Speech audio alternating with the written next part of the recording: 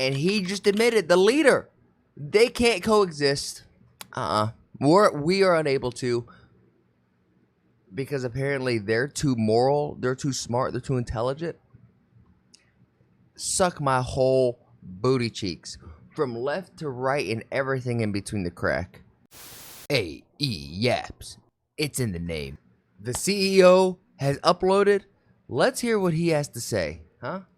That don't have the best understanding of the India-Pakistan conflict or even the history of the two countries. I believe most people's intentions are noble. I definitely don't understand the history of all the conflict, but I definitely understand what's going on with this war. Most people are hoping for peace between India and Pakistan, but as a result, unfortunately, some people are trying to place some or a lot of the blame of the current conflict on India. They're asking India to sue.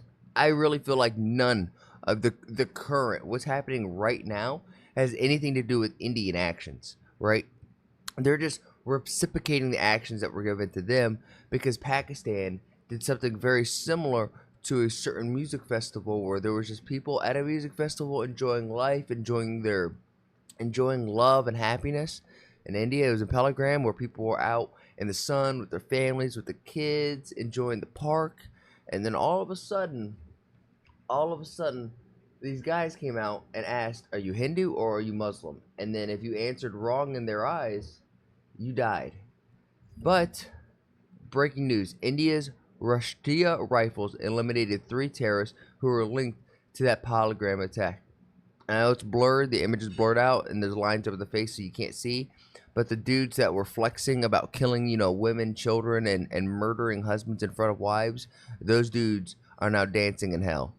They think they're playing with 72 virgins, but they didn't realize those 72 virgins are little demons that are going to go tickle their butthole.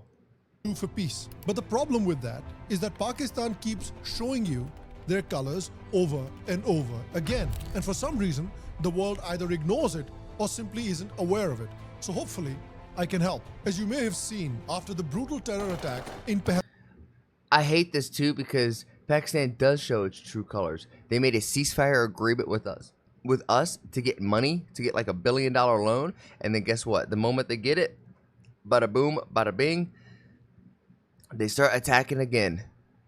Which was planned and orchestrated by Pakistan, where Hindus were singled out and murdered. The Indian Armed Forces conducted a devastating airstrike on Pakistan, targeting 9 terrorist bases as well as 9 Pakistani Air Force bases. What's very important to remember here is that the armed forces went out of their way to ensure that no civilian areas were targeted, come what may. Between the 2 airstrikes by the Indian Air Force, the Pakistanis used drone and missile strikes over a 3-day period to target civilian areas in 26 cities in India. Again, I say, Pakistan keeps showing you who they are. After taking a walloping that would make even the San Marino national football team feel embarrassed, Pakistan immediately contacted India for a ceasefire. India agreed. And what did Pakistan do in response?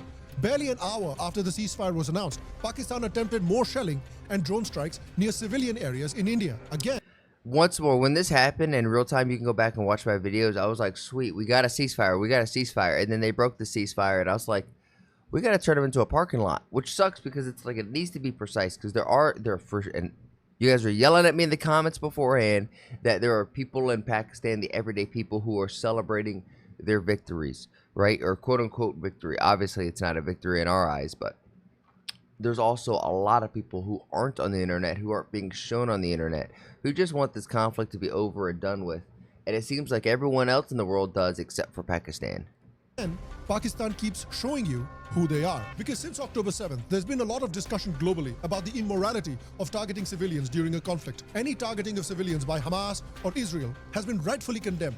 However, there seems to be a blind spot in the global community when it comes to Pakistan, because targeting civilians has been Pakistan's modus operandi for nearly 7 decades. They attacked India in 1947 in order to acquire more Indian land and deliberately targeted civilians. India defended herself and sued for peace. India took the matter to the United Nations for a peaceful resolution. And what did India get in return? We got systematic ethnic cleansing of minorities, read civilians, in West and East Pakistan. A systematic murder, no, a genocide of over 3 million people were Hold on, what did that say? I just want to go back and hear that, or read that. A brutal war that followed lasted for 9 months. Estimated total of number civilian and military death ranged from 500,000 to 3 million. Millions of refugees fled to neighboring India. Groups of Bengali guerrilla fighters known as Mukti Bani and regular soldiers helped by the Indian military fought back against the West Pakistani army. West Pakistan eventually surrendered on the 16th of December 1971, known as Victory Day, leading to the creation of Bangladesh. Murder, no, a genocide of over 3 million people, where India had to finally step in. I'm like, if I remember right, Omni, he's from Bangladesh, so shout out Omni. 1971. After winning the 1971 war, India once again chose peace. India, despite being in a position of overwhelming strength, signed the Shimla Agreement, choosing a peaceful settlement with Pakistan rather than continue hostilities. And what did India receive in return? Pakistan sponsored terrorism in Kashmir, which directly led to the ethnic cleansing of the indigenous Hindu civilians of the state. Nearly 400,000 indigenous Kashmiri Hindus were either murdered or expelled from their ancestral homeland of thousands of years. Despite this, India still looked for peace. India initiated the Aman Ki Asha campaign to create stronger bonds and better cultural and economic exchange between the two countries. And what did India receive in return? Multiple bombings of trains, markets, and other public areas from Pakistan, all aimed at killing and maiming civilians.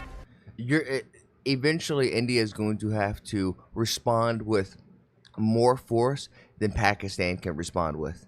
And what I mean by that is, if you guys watch Asmongold, he and I are the same, where I believe in direct, harsh accountability for those making the decisions, right? So you find the people that is pretty open who are making the decisions in Pakistan, and you turn them, their second one, and their third ones up into pink dust. And you let them know, hey, if you guys even think about bombing us again, we're going to do this again. And the fourth, fifth, sixth person in line to take over, you're all dying as well. And I promise you Pakistan will stop, right? They'll stop. They'll focus back on invading the rest of Europe, because apparently, you know, Muslims love their country and their land and their culture, but they never stay there. They want to go to where there's not any of that and spread it there. Mostly because I think that they're oppressed, and they're like, oh my God, people are having fun and have freedoms. We can't have that. If I don't have that, nobody can have that. Culminating in the 2008 Mumbai terror attack, where Pakistani terrorists ran rampant in Mumbai and murdered over 180 people, an overwhelming majority of whom were Indian, European, Israeli, and American civilians. Despite all of this, when the current Prime Minister won the election in 2014, one of his first actions was to sue for peace. He invited the Pakistani Prime Minister to his inauguration ceremony, made an official trip to Pakistan, hugged the Pakistani Prime Minister, and declared a clear intent on the part of his government and the people of India of developing long-lasting peace with Pakistan. You know where I'm going with this at this point, right? What did we get in return? More terror attacks, culminating in the Pahalgam attack, where Pakistani trained and backed terrorists singled out and murdered 26 Hindu civilians specifically because of their religion. They proudly told the survivors that they are being left alive so they can tell the rest of the country and the Indian Prime Minister what happened here.